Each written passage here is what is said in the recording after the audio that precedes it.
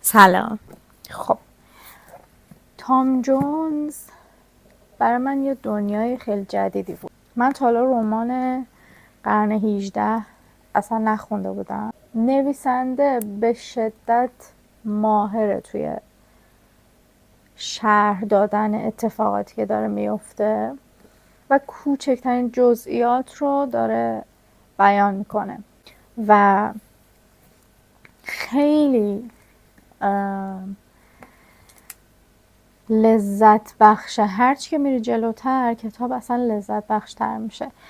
من تا الان حدود 362 صفحه از این کتاب رو خوندم و تا اینجای کار داستان خیلی جوری پیش رفته که هی بخوای بدونی راجبش. داستان درباره تام جونز، حالا یا اون پسریه که به اصطلاح حرامزاده است و به سرپرستی قبول میشه توی یک خونه‌ای که خیلی ثروتمنده صاحبش و اونو بزرگ میکنه و تا زمانی که تام جونز به سن تقریبا 20 سالگی 19 سالگی میرسه خیلی از بچگیش تعریف نمی‌کنم. از اونجا به بعد یه داستان عشقی خیلی جالب و عجیب شروع میشه که من الان توی اون داستانم و از نظر من این کتاب برای کسایی که میخوان کتاب خوندن رو شروع کنن خیلی مناسب نیست و به نظرم برین سراغ کتاب یکم راحت‌تر و حداقل کم حجم‌تر، ولی برای من به شدت لذت بخش بود و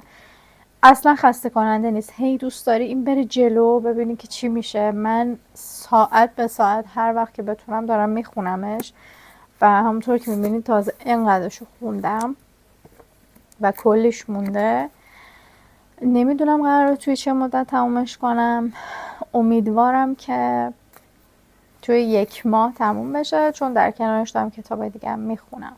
مترجم گفته که 1.5 سال زمان برده تا این کتاب رو ترجمه کنه. یه چیزی که خیلی برام قابل احترام بود این بود که چاپ اولین کتاب و ترجمه اولین کتاب توی سال 61 بوده، یعنی توی یه بحبوحه عجیبی توی ایران و من برام خیلی خیلی قابل احترامه که یک کسایی اون موقع بودن و اون موقع این کتاب رو در واقع برای بار اول ترجمه کردن. هر چقدر رفتم جلو، چون خیلی کتاب طولانیه، میام کم کم بهتون میگم.